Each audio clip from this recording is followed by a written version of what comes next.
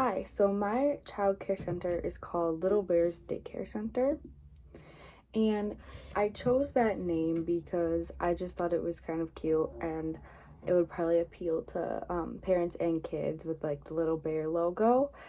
And here is the structural design of my child care center. So right here is a fence, and so the whole entire building is fenced in, and even like you have to put in a code to get through the front gate to even be able to be allowed into the building. Or I guess it's to the front door to get into the building is what the gate is leading to. And the only people who can get in are the parents that know the code, just to ensure that no one comes in and that the kids don't go out without the code. And it just is there for safety. And then this is the main classroom, and so this has like all the toys, whiteboard, like books, desks, and that kind of thing. And then that is like the kind of what the backyard would look like, but that's going to be fenced in as well. It's part of the same fenced in area. And there's a playground back there, swing set, big playground and a little playground, sand pit, that sort of thing. And then here is a child-friendly bathroom. And then here is like the napping room for kids to nap in. And then there is a kitchen right here. And the kitchen is where the staff will make like the dinner. Well, I wouldn't really say dinner. Probably like lunch and breakfast, and then maybe dinner if the parents haven't picked them up yet. And everything in here is kids proof. The kids don't really go in there, but there will be like tables and stuff in like a dining room area that would be a little bit separate, and it is safety proof for kids just so they don't get hurt if they're ever in there while the staff is cooking. And then for social and emotional learning, the center tries to help children in all forms of learning and development. So it's not just a daycare, it can also be a sort of another form of education for kids who aren't in school yet, and then kids for like an after school program. And so for emotional development, kids are taught how to understand and manage their emotions, and one game that they can play to do that is emotion bingo. So the teacher will describe an emotion, and then the kids will put a bingo chip on it just to help them understand the emotions that people feel and why they feel them.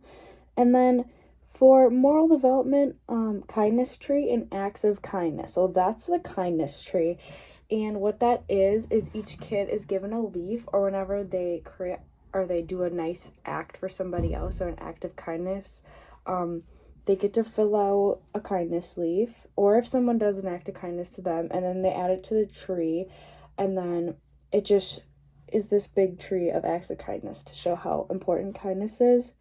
And then for social development, teamwork games are something that we teach the kids so that they learn how to work together in a group. So here is part of a relay race, and then they're doing like tug of war there. That's just a couple games that they have to do together, so it helps create teamwork. And then for cognitive development, one way we support that is through language development and group reading. So you can see there's a bunch of kids reading here. They'll either read in a group, so they'll take turns, or they'll be read to, but reading is going to be highly encouraged. And for information processing skills, one way to do this is sorting activities. So here you can see that these objects are all sorted by color, which is especially helpful for like younger children. And then for physical development, there's lots of different ways that we help to support this, but one is through motor development, such as obstacle courses and playground playing. So there's an obstacle course, and there's a whole bunch of different activities. So there is like hula hoops, jumping ropes, balance beams, which are all motor skills that kids do end up learning and need to practice in order to learn. And then motor development can also be developed through just regular playground equipment. So there's the little kids playground, which is smaller, ages probably 2 to 4 range. And then for like 4 to 8, there's the bigger playground. And then it can kind of vary what ages can play on the playground, but it just depends on like the kids' parents and what they feel, and also where the kids are at developmentally and size wise. And there'll be different groups, so some kids will be in like a younger group of 2 to 3, and then other kids will be in like a 4 to 6, and then a 7 to 8. So it would probably go around ages 2 to 8, and we wouldn't really take any older kids just because of how the center is structured. And another thing that helps support physical development is sleep. So nap time is going to be a part of the day for every 2 to 6 year old. So 2 to 3 and then 4 to 6 range.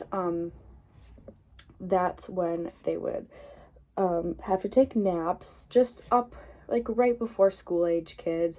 Once you're like 7 or 8, we wouldn't really recommend naps just because kids don't usually take naps when they're at school for that long, and they're usually just there for after school. And then for types of toys and playground equipment, once again, we'll have the little playground and the big playground.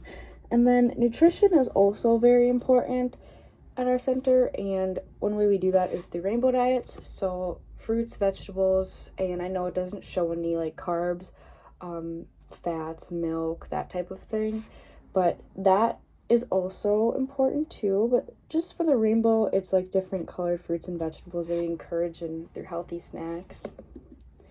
And then here is a variety of some of the other toys that we have. So these toys can be for all different age ranges. We have race cars, Barbies, baby dolls, arts and crafts supplies, building blocks, and like the toy kitchen.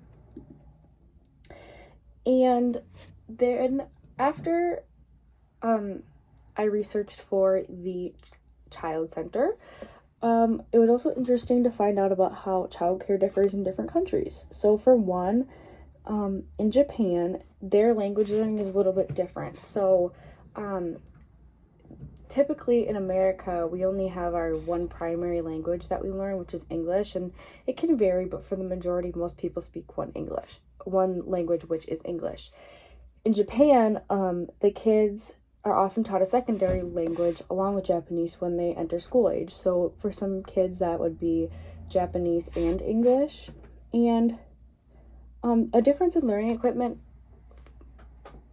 for physical development is that when a kid out in America plays outside, there's usually a whole variety of different playground equipment and toys. But in Japan, their playground equipment is a little bit more simple.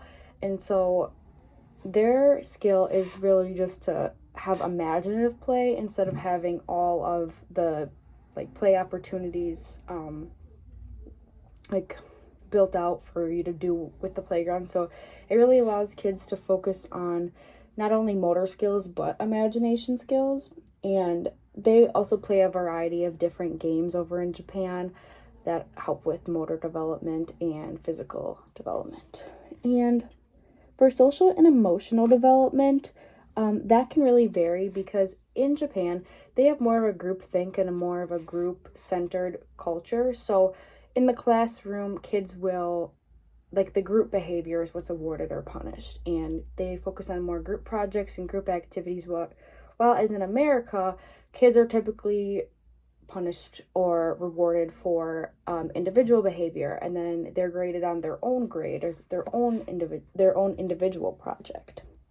And then for feeding practices, so kids in Japan are typically expected to eat what adults would eat, and they eat with their parents the same foods, just maybe in smaller portions. And when they eat with their parents, it's considered a family bonding time. So everyone is expected to eat together, and kids are expected to finish all of their food.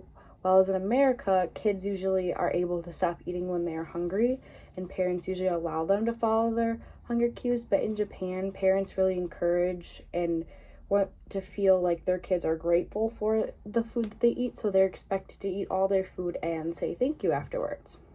And so that is going to be it for my childcare center and all the ways that we help support child development.